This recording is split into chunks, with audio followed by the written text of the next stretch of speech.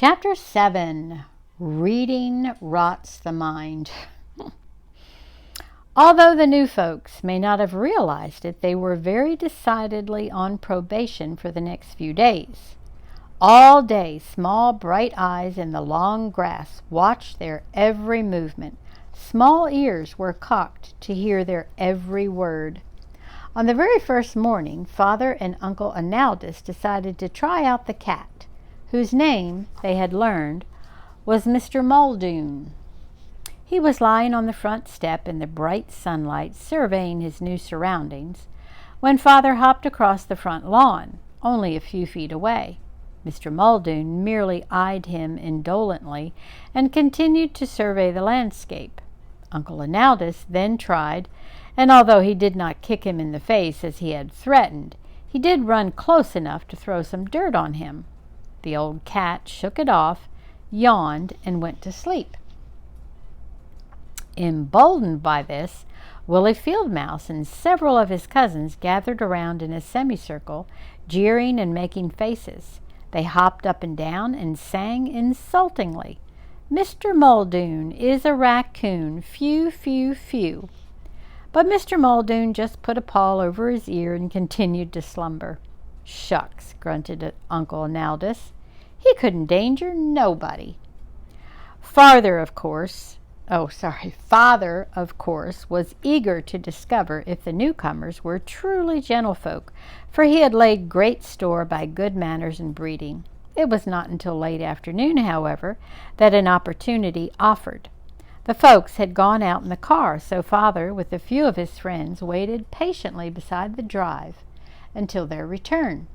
As the car rumbled up the driveway, he skipped across directly in front of the oncoming wheels. The man slammed on his brakes and came to a full stop. Then he and the lady both raised their hats and recited in unison, "Good evening, sir, and good luck to you," replaced their hats, and drove on, slowly and carefully. Father was tremendously pleased. "Now there," he announced to the other animals, "there is a real gentility and good breeding for you. Not that I wish to cast aspersions on the manners of the folk of this, my adopted state, but I must say that this is the first time since my residence here that I have encountered this pleasant and considerate custom which, where I was reared, is universally observed. Now down in the bluegrass—" "Oh, you and your bluegrass," snorted Phuey. "I ain't interested in their manners. What I'm interested in is their garbage." "You will find, Phuey," said Father with some heat, "that good breeding and good garbage go hand in hand." Their argument was interrupted by the pipe smell which always preceded the man. He was coming down the drive, carrying a neat wooden sign fastened to a stake, a crowbar, a hammer, and various other implements. They all watched intently while he proceeded to erect the sign just inside the driveway entrance. "What's it say, Georgie? Read it off to me," whispered Uncle Analdus. Seemed to have mislaid them ding-blasted spectacles. Little Georgie spelled it out. It says, "Please drive carefully on account of small animals." "Well, now, I calls that real nice," admitted Uncle Analdus. "Your ma will certainly be pleased to hear about that, Georgie. Please drive careful account of small animals. Yes, sir, that's real thoughtful." In various other ways, the new folks soon began to measure up to the high standards which the little animals had set for nice people. To a group of cronies gathered on the hillside, the gray fox cited an incident which had heightened his approval. "Real sensible, knowledgeable folks they seem to be," he said. "Quite quiet-like and friendly. Why, just yesterday afternoon, late, I was prospecting around, sort of smelled chicken frying, I guess, and I came through that little walled-in garden where the benches are. I wasn't paying much attention, and he, the man, wasn't smoking his pipe, or I'd have known he was around, when first thing I knew, there I was right in front of him, face to face, you might say. He was reading a book, and he looked up, and what do you suppose he did? Nothing, that's what. He just sat there and looked at me, and I stood there and looked at him. And then he said, 'Oh, hello,' and went back to reading his book, and I went on about my business. Now that's the sort of folks is folks." "And her," grunted Porky, nodding approvingly. "Any of you hear that ruckus went on the other afternoon? Well, sir, I was poking around out there in the field, careless like too, I guess, way out in the open and too early in the day, when all of a sudden that their biggest dog from down to the crossroads was right on me. Course I wasn't scared, but I was in a bad fix, not having nothing to get my back against, so I just rares up and dares him to come on and get it. He's wearing a couple of rips on his nose already. I gave him 2-3 years ago, so he doesn't come in, but starts circling, trying to get behind me. And there he is, a bellerin' and a roarin' and a rushin', when she steps out of the garden where she'd been a-workin' with a rock in her hand the size of a mushmelon. She takes a good look at the situation, she sets her feet solid, and then she hauls off and wham, she lets him have it. Right in the ribs it took him, and man, the yelp that mongrel let out, you could have heard clear over to Charcoal Hill." "You could," Father agreed. "I did. It just happened I was visiting our daughter Hazel at her Charcoal Hill residence that very afternoon and heard the howls with the utmost distinctness, and no little pleasure." "And what did she do?" Porky went on. "Why, she just dusts her hands, looks at me calm as you please, and grins and says, 'Why don't you keep your eyes open, stupid?' and goes back to her diggin'.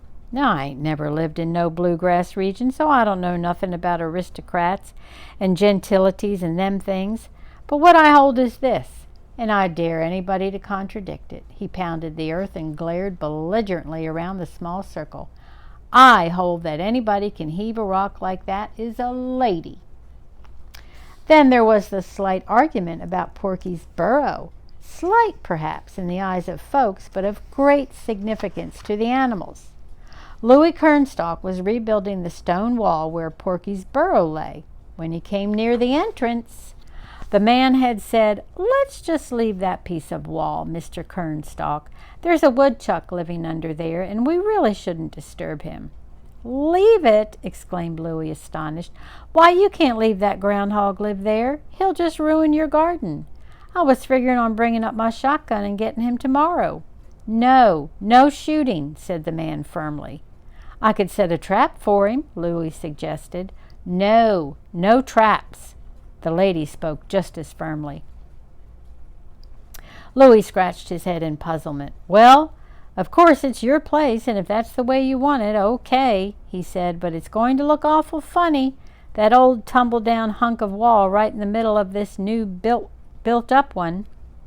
"Oh, I guess it will be all right," the man laughed as they moved on. Louis was still scratching his head when Tim McGrath wandered over. "What did I tell you about folks that read books too much?" Tim demanded. "Makes them queer, that's what it does." "No, it doesn't." "Why, here's these people, as nice, pleasant-spoken people as you could want, but queer. Only yesterday I was telling them they'd have to get rid of these here moles. Said I'd bring up a couple of my traps and set 'em, and she says quick, just like she says to you, 'No traps.' So I says I'd got some good poison I could put out, and he says, 'No poison.' 'Well, how in thunder then,' I says, 'can I make you a halfway decent lawn with them there moles rooting around into it?' And what do you suppose he says to that? 'Oh, just keep a-rolling it down,' he says, 'just keep rolling it, and they'll get discouraged.' Discouraged, mind you," Tim snorted. "Says he read it in a book." "And then, only this morning," he went on, "I was telling them they'd ought to build a fence around that garden. 'Why, you can't never have no garden here,' I says, 'without you have a fence around it.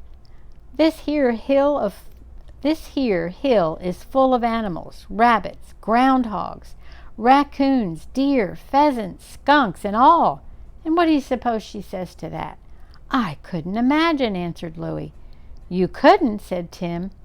"We like 'em," she says. "They're so beautiful," she says. Beautiful, mind you. "And they must be hungry too," says she. "You're right, ma'am," I says. "They're hungry all right, as you'll learn to your sorrow," I says, "when them vegetables come up." And then he chips in, the man. "Oh, I guess we'll get along all right with them," says he. "I think there'll be enough for all of us." Mind you. Oh, enough for all of us. Us, mind you. That's why we planned the garden so big, he says. Tim shook his head sadly. "Seems a shame. Nice folks, too. Pleasant spoken and all, but queer. Nuts, some might say. Comes of reading books too much, I guess. Grandpa had the right of it. Reading rots the mind," he used to say. I do not agree with this chapter at all. Louis picked up his hammer and split a stone neatly. "Nice folks, though," he said. "Seems too bad." Willie Fieldmouse was sent to observe the new folks each evening, not in any spirit of impertinent prying, of course, but naturally the little animals were interested in knowing what things were being planned for the hill, for after all it was their hill. There was a rainwater barrel near the living room window, and by climbing to the top of this, Willie was able to jump to the windowsill. Although the evenings were still cool and a fire crackled on the hearth, the window was usually opened slightly. Seated in a dark shadow on the sill, he could safely observe the folks and listen to their garden plans. Tonight, surrounded by a sea of catalogues, they had been making out their lists of seeds and plants. Willie had tried very hard to remember them all and was now making his report. Seated outside the rabbit burrow, Mother, Father, Uncle Leonardus, Fewey, Porky, and several others all listened intently. "There's radishes," Willie recited, ticking them off on his claws. "Carrots, peas, beans, snap and lima, lettuce. Pea vine and lettuce soup," sighed Mother happily. "Corn, spinach, kale, turnips, kohlrabi, broccoli. Don't hold with them foreign victuals," Uncle Leonardus grumbled, but was hushed by Mother, and Willie went on. "Celery, rhubarb, potatoes, tomatoes, peppers, cabbage, red and white, cauliflower, raspberries, black and red, strawberries, melons, asparagus. And that's all I can remember. Oh, yes, cucumbers and squash." A happy buzz of excitement swept over the gathering as Willie finished his report and took a deep breath. The conversation soon merged into a series of arguments as to which families should have which vegetables, but quieted down when Father rose and rapped for attention. "As you well know," he said firmly, "it has always been our custom here on the hill to settle all such questions on dividing night, which falls this year, I believe, on May 26th. On that evening we shall, as usual, gather at the garden and allot to each animal and his family those vegetables to which they are entitled by rule and taste." "Where do I come in?" Uncle Leonardus demanded. "I'm just a visitin' here." "As our house guest," answered Father, "you will of course receive the customary allotment." "Gum dinged right I will," said Uncle Leonardus.